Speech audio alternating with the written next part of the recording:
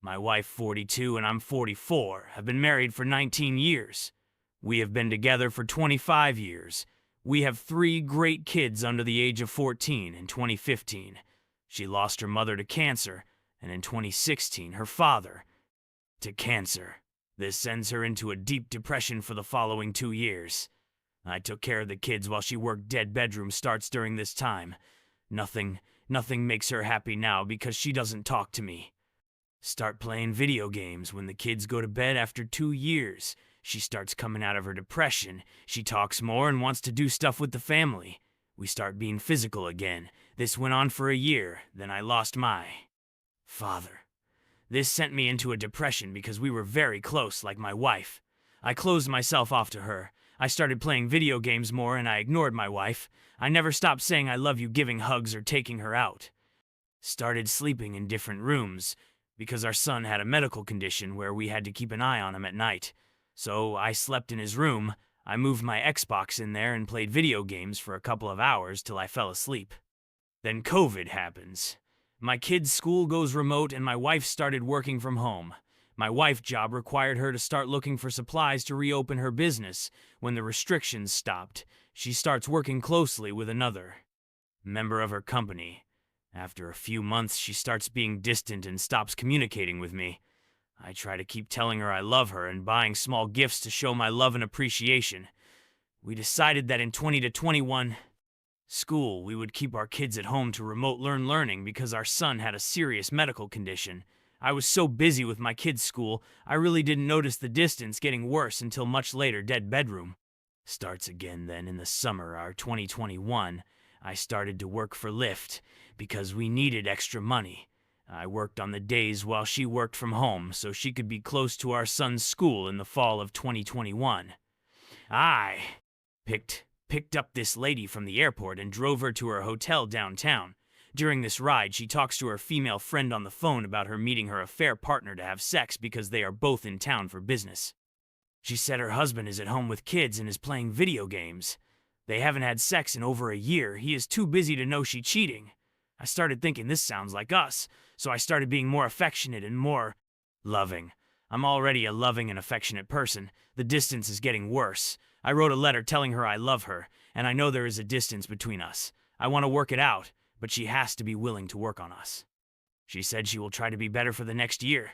She shows hardly any affection and doesn't want sex because her depression pills have given her no sex drive. We barely hold hands. She doesn't say she loves me unless I say it first. When we are in the car together, she sleeps, so she doesn't talk. Today was May 4th of this year. My wife went into the office. I went to work and I texted her during the day, no response. Then she finally called me and I told her I had been texting her all day. She tells me she never got my text because of the signal in her office. She has Google Chat, so I will message her there. It will show up on her work computer, but still no responses. She gets home, and after we put the kids to sleep, she takes a shower. This is where I finally broke down, checked her phone.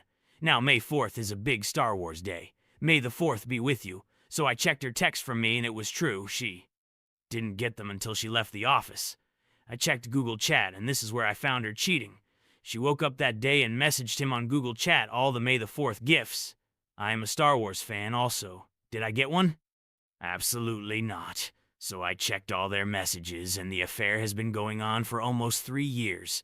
There were tons of I miss you and I love you. I feel so stupid. I am completely devastated. This guy moved to Kansas in 2020, but comes into the office 1 week a month since he works remotely the other weeks. I guess when they would have Zoom meetings with each other to get their business open, he began to flirt in the past. Guys would flirt with her, she would shoot them down. This guy wasn't as handsome as me. I'm not 10. I have a little dad bod. Maybe I'm a 6 or 7. He was a 4. She began to flirt back then. They would go to lunch together. Then the lunches turned to going to his hotel room for lunchtime sex and telling me she had worked late to have more sex. I even saw a text to her friend saying the sex wasn't better, she just craves the attention. So I screenshot everything to myself. I didn't say anything. I was having surgery in the summer and needed her help after surgery. We decided to move closer to family. I checked her phone again in October. I guess the relationship came to an end in June before my surgery. He was mad that she was taking time to care for me and the kids. I was wondering why she became more affectionate and loving and wanted to have a sexy time with me after I healed last week. We got into a huge argument because she started being distant and wasn't communicating again, so I yelled and told her I knew she cheated with a coworker. She denied it and said I was overreacting. Then I shoved the evidence in her face. Then she stopped yelling and putting me down and started crying.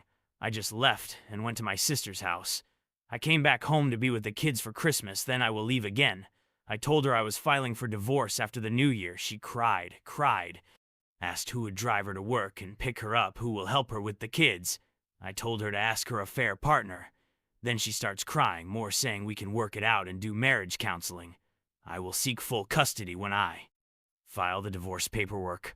Also, alimony and child support. 25 years I feel is wasted. Story number 2. I'm beginning to think that there's something wrong with me. My last 2 partners have cheated on me. The first was a very serious relationship. We lived together. We talked about marriage and buying a house. He even took 2 pictures of us as kids and photoshopped them together to show what our kids might look like one day. The result was terrifying, but hilarious, and I had it as the background of my phone for a month.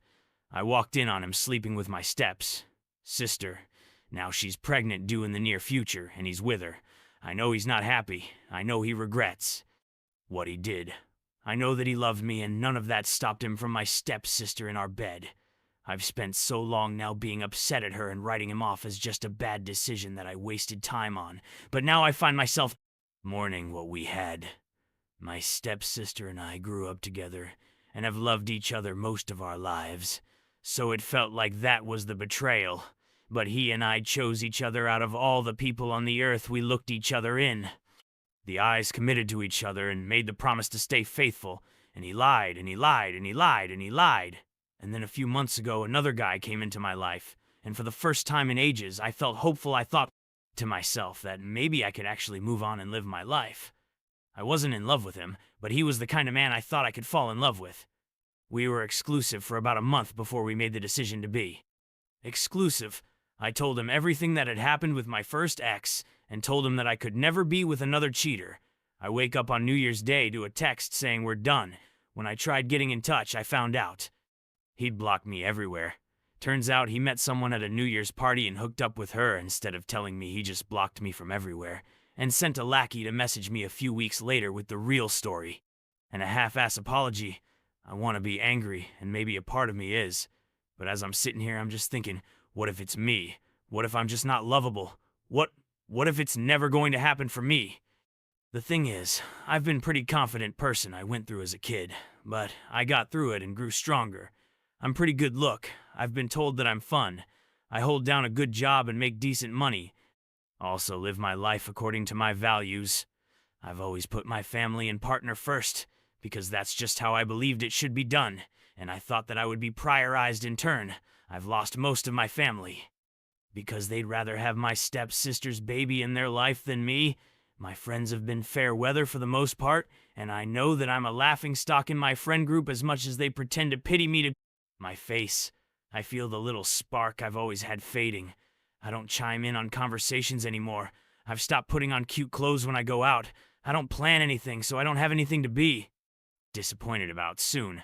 I'll be the same age as my mom was when she died. I never knew her, but I've always loved her, thinking of her watching over me.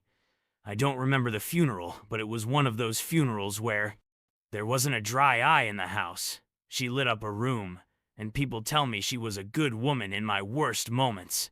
I wonder what it would be like if I died right now.